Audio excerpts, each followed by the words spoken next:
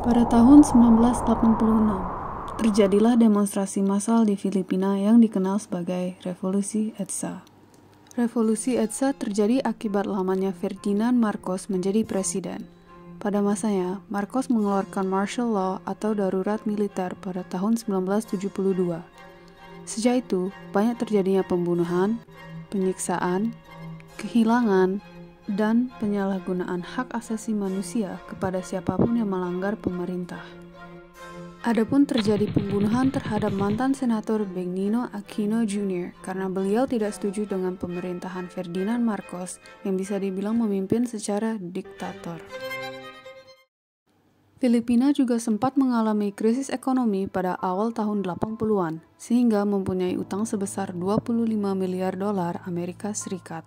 Sedikit demi sedikit, masyarakat mulai berani melakukan demonstrasi di jalanan karena ketidakpuasan terhadap pemerintah Ferdinand Marcos.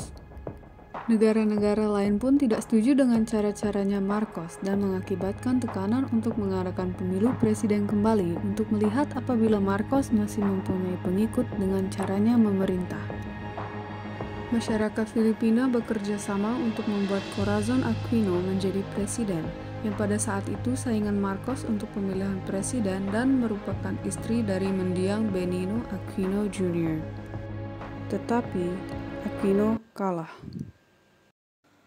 Marcos melakukan kecurangan terhadap suara masyarakat dan ini tentunya mengakibatkan kemarahan golongan oposisi dan rakyat Filipina. Penolakan hasil pemilu inilah alasan utama aksi demonstrasi besar-besaran yang terjadi selama 4 hari pada tahun 1986, dari tanggal 22 Februari hingga 25 Februari. Demonstrasi terjadi di Epifanio de los Santos Avenue, yaitu kepanjangan dari EDSA yang merupakan pusat politik di Filipina. Pada hari pertama demonstrasi, pertemuan di rumah Menteri Pertahanan Juan Ponce Enrile dilaksanakan pada tengah malam. Di antara yang hadir adalah Enrile, sekretaris persnya Sylvester Afable, dan 3 petugas lainnya yang merencanakan kudeta terhadap Ferdinand Marcos. Mereka berlima sedang menyelesaikan penyusunan pidato yang akan dibaca oleh Enrile di televisi dan radio nasional setelah 36 jam dari pertemuan ini selesai.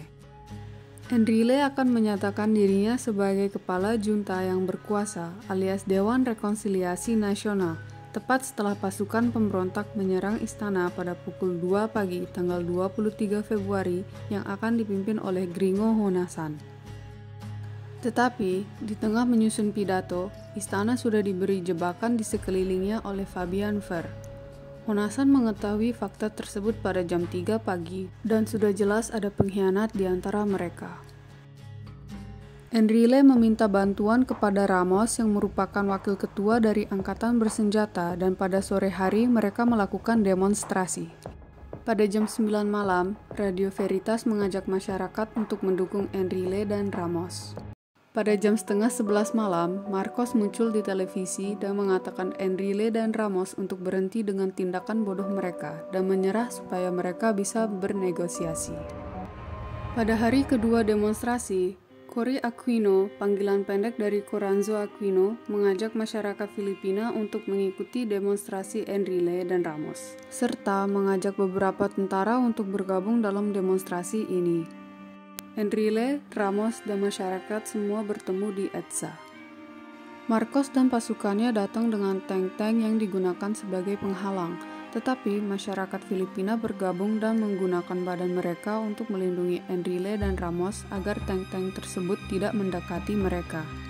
Sisa hari itu, jalanan dipenuhi oleh masyarakat yang memegang spanduk menuntut pengunduran Marcos. Sekitar jam setengah 7 malam, sinyal Radio Veritas sudah dirusaki oleh para pasukan Marcos.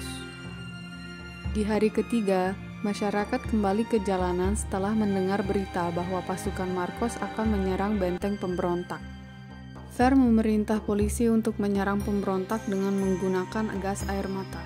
Tetapi, walaupun diserang oleh polisi, masyarakat tetap bertahan dalam posisi mereka.